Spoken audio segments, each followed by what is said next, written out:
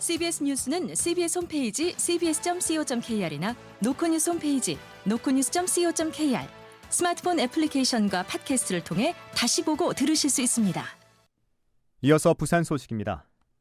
국내 처음으로 부산항 신항에서 선박 저반부터 운송까지 사람이 탑승하지 않는 완전 자동화 항만이 첫 선을 보였습니다. 앞으로 항만 내 안전사고가 획기적으로 줄고 생산성과 운용 효율성도 높아지는 등 한국형 스마트 항만 시대가 열리면서 부산항의 경쟁력도 높아질 전망입니다. 김혜경 기자가 보도합니다. 부산 신항 서컨테이너 부두 2-5단계 준공식 현장. 아파트 30층 높이의 컨테이너 크레인이 접안된 선박에 화물을 들어 올린 뒤 자동 이송 장비 차량에 올려놓습니다. 이후 차량은 자동으로 장치장까지 움직이고 트랜스퍼 크레인이 즉각 화물을 옮겨 장치장에 적재합니다. 국내 첫 100% 완전 자동화 항만의 시험 모습입니다. 선박의 저반부터 항만 출입까지 모든 영역에서 사람 없이 운영됩니다. 부두 내 사람이 없다 보니 안전사고가 일어날 염려가 없습니다. 코로나19와 같은 위기 상황에도 중단 없는 항만 운영이 가능해 항만의 생산성과 효율성도 높아집니다. 강준석 부산 항만공사 사장입니다. 그동안 많이 났던 안전사고가 거의 없어질 걸로 예상이 됩니다. 한 시간당 기존의 터미널 한 26개 정도 처리가 되는데 자동 항만이 정상화되면 30개 이상 처리가 되지 않느냐. 크레인 등 자동화 장비는 3,400억 원 규모. 부산 경남 지역 제조기업이 제작하고 설치했습니다. 부산항만공사가 하역 장비를 국내 발주해 생산 유발 효과 6,400억 원, 취업 유발 2,300여 명이 발생하는 등 국내 항만 장비 업계가 활성화하는 데 힘을 보탰습니다. 정부는 앞으로 자동화 항만을 확대할 방침입니다. 조승원 해양수산부 장관입니다. 안전성에 획기적인 변화를 가져오고 국내 항만 기술 산업에 활력을 불어넣을 수 있는 뜻깊은 성과라고 생각합니다. 국내 기술 기반의 한국형 스마트 항만을 대규모로 조성해 나가도록 하겠습니다. 100% 자동화 스마트 항만이 첫 발을 내디딘 만큼 세계 환적 2위 부산항의 경쟁력 강화에도 큰 영향을 미칠 전망입니다. CBS 뉴스 김혜경입니다.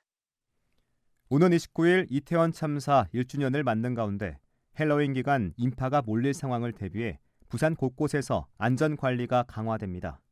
각 지자체는 경찰 등 유관기관과 사전 현장 예찰을 실시했고 이달 말까지 안전요원을 투입하는 등 선제적인 대응에 나섰습니다. 김혜민 기자입니다. 평일 오전 부산 진구 서면 젊음의 거리 일대. 부산 진구청과 소방, 경찰은 다가오는 헬로윈 기간을 앞두고 사전 점검에 나섰습니다. 골목길 곳곳을 다니며 통행에 방해가 되는 입간판과 5개 광고물 철거를 요구하는 등 도로 정비를 벌였습니다. 부산 진구청은 인파가 몰릴 상황에 대비해 이달 말까지 비상상황 관리 근무에 돌입해 현장을 예의주시한다는 계획입니다. 부산 진구 관계자입니다. 21명이서 상계대로 돌아가기 때문에 집중 관제를 해서 위험 신호가 잡히면 경찰이나 소방에 상황 전파해서 주차단속이 6시까지인데 토요일은 연장을 해서 10시까지 주차단속 그쪽에 집중적으로. 부산진 경찰서도 오는 주말 현장 순찰을 강화하고 인파 관리 차량을 배치합니다. 부산진 경찰서 관계자입니다. 한 개 중대 받아가지고 서면 주점 있는 일대에 예방 차원에서 다 배치할 겁니다. 방송 차량을 3대 지원 받아가지고 혼잡 지역에 배치하고. 다른 지자체들도 지난해 이태원 참사와 같은 안전사고를 예방하기 위해 사력을 다하고 있습니다. 해운대구는 오는 주말을 집중관리기간으로 정하고 상황 근무를 통해 해운대 해수욕장과 구남로 일대를 집중적으로 살핍니다. 남구도 다음 달 1일까지 야간 근무자를 투입하고 관제센터를 통해 경성대와 부경대 인근 상가 등을 모니터링합니다. 행정안전부도 오는 12월 15일까지 백스코와 광안리 해수욕장 등 부산 도심 8곳에서 현장 인파관리 시스템을 시범 운영하는 등 곳곳에서 안전관리에 총력을 기울이고 있습니다. CBS 뉴스 김혜민입니다. 항소심에서 대거 무죄나 감형을 선고받은 부산 초량 지하차도 참사 관련 공무원들이 결국 대법원 판단을 받게 됐습니다. 부산지검은 항소심에서 무죄를 선고받은 동구전 부구청장 A씨 등 4명에 대해 대법원에 상고를 제기했습니다. 검찰은 공무원들의 주의 의무 위반과 결과 발생 사이의 인과관계를 인정하기 어렵다고 본 항소심 판단은 법리를 잘못 적용한 결과라고 설명했습니다. 지난 2020년 7월 쏟아진 폭우로 지하차도가 침수돼 시민 3명이 숨진 초량 지하차도 사건과 관련해 공무원 11명이 1심에서 유죄를 선고받았으나 항소심에서 4명은 무죄, 4명은 감형됐습니다.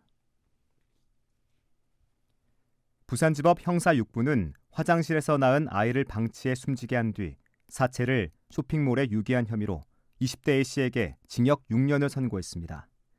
A씨는 지난해 10월 기장군 자신의 집 화장실에서 낳은 아이를 방치해 숨지게 한 뒤 다음날 사체를 부산 한 쇼핑몰 상가 화장실에 유기한 혐의로 재판에 넘겨졌습니다. A씨는 아이가 살아있었다는 사실을 몰랐다며 살해 혐의를 부인했으나 재판부는 아이가 출산 이후 적절한 조치를 받지 못해 사망했을 가능성이 있다며 유죄로 판단했습니다. 부산 환경단체가 대저대교 환경영향평가서를 허위로 작성했다며 부산시를 경찰에 고발했습니다. 낙동강 하구 지키기 전국시민행동은 오늘 오전 부산경찰청 앞에서 기자회견을 열고 부산시가 허위로 작성된 대저대교 환경영향평가서를 재접수했다며 부산시와 작성업체를 경찰에 고발한다고 밝혔습니다.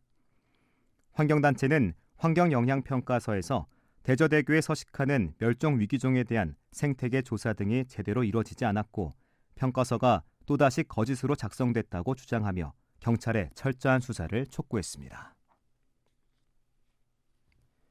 박형준 부산시장이 제17대 대한민국 시도지사 협의회 회장으로 선임됐습니다. 시도지사 협의회는 오늘 오후 경북도청에서 제57차 총회를 열고 17대 회장으로 박형준 시장을 선임했습니다. 끝으로 날씨입니다. 부산은 오늘부터 모레까지 가끔 구름 많겠습니다. 내일 새벽부터 오전까지는 짙은 안개가 예보돼 있어 운전하실 때 각별히 유의하시길 바랍니다. 내일 낮 최저기온은 12도, 낮 최고기온은 21도로 예상됩니다.